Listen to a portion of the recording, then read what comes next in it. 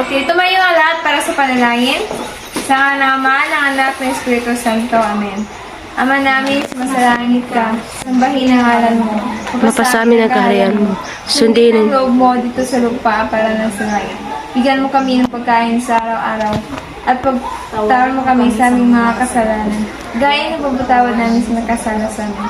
At huwag mo kami ipahintulot sa tukso at adyan mo kami sa lahat ng masama.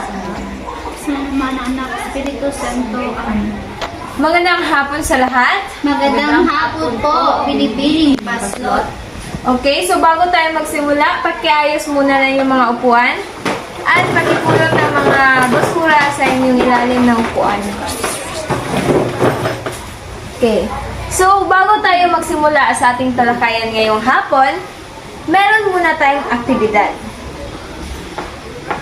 Ang ating gagawin ngayon ay may paparinig ako na voice record, tapos huhulaan nyo kung kaninong boses. Okay, go. Sige, simulan na natin.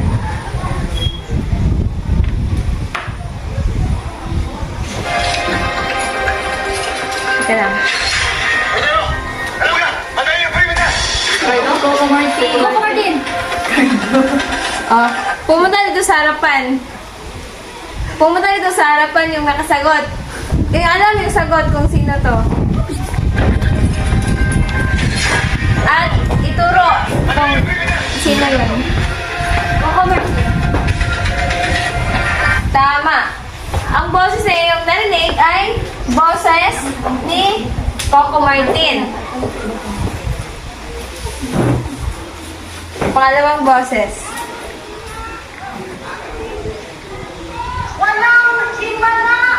Lola. O sige, pumunta dito sa harapan.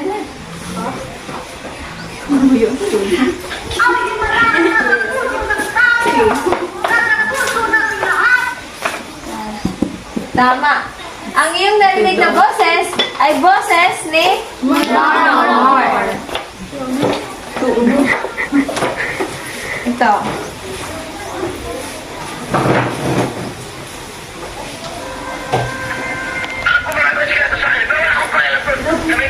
O sige, pumunta dito sa harapan.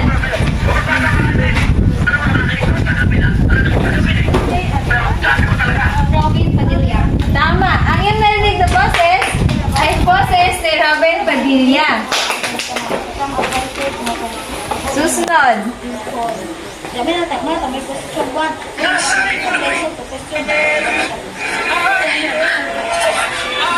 Wait lang.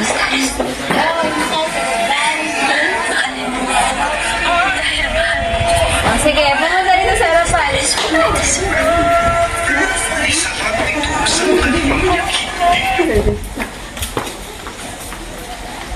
Hindi, babae to.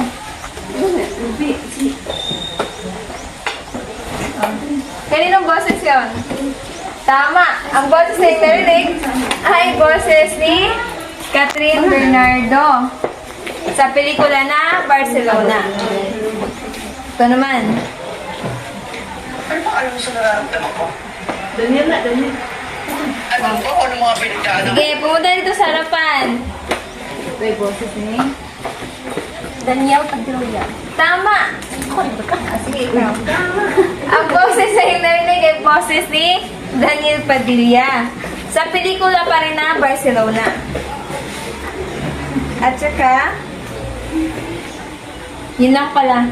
Wala na pala itong mga boses kasi wala akong nakita ng mga iconic lines sila.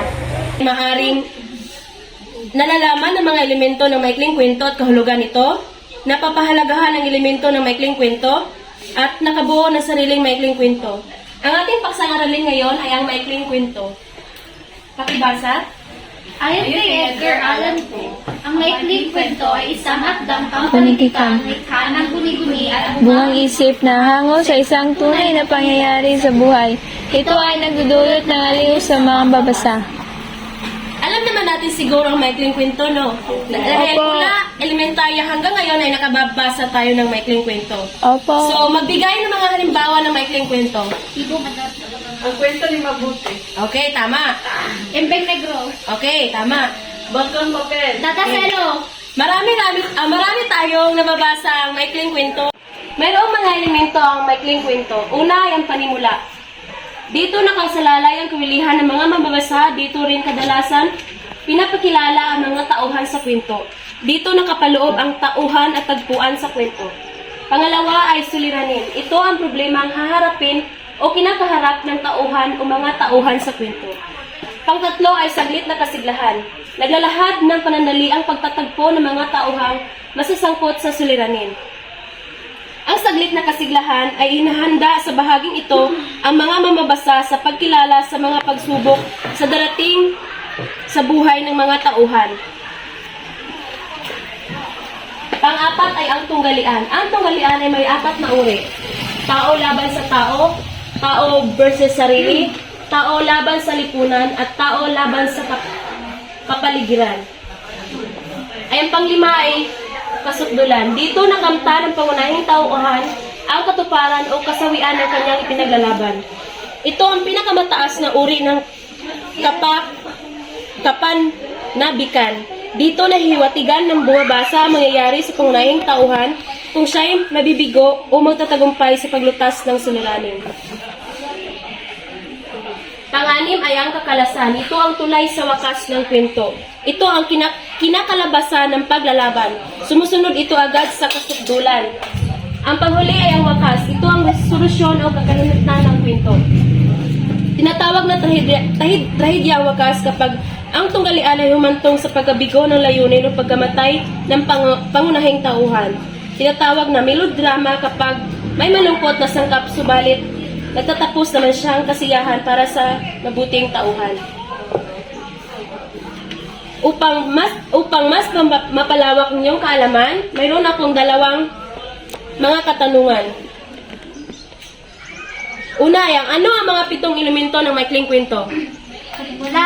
Suliranin, saglit na kasiglahan, tunggalian, kasukdulan, kakalasan at wakas. Okay, tama. Gaano kahalaga ang maikling kwento? Okay, Maui, pakitayo at pumunta dito sa harapan. Gaano kahalaga ang maikling kwento?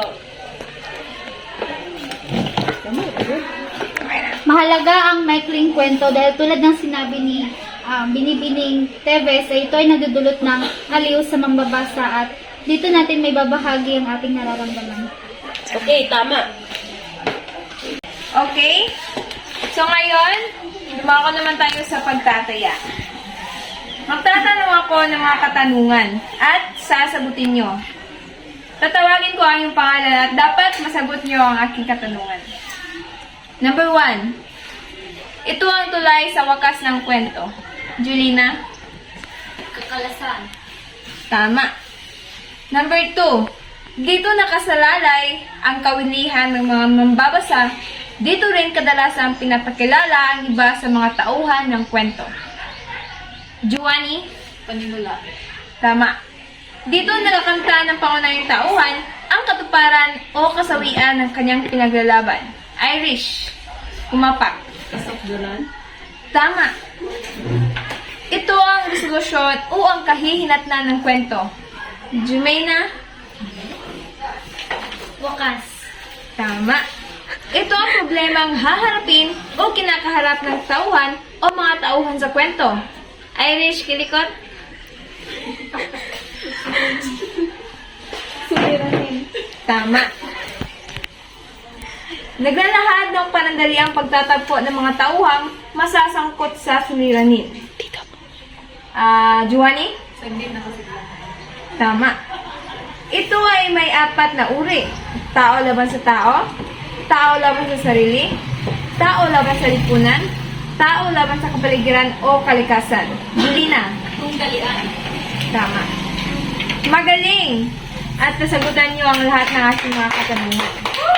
So, para sa aming takdang aralin, sumulat ng sariling maikling kwento at siguraduhin na nakapaloob dito ang 7 elemento ng maikling kwento.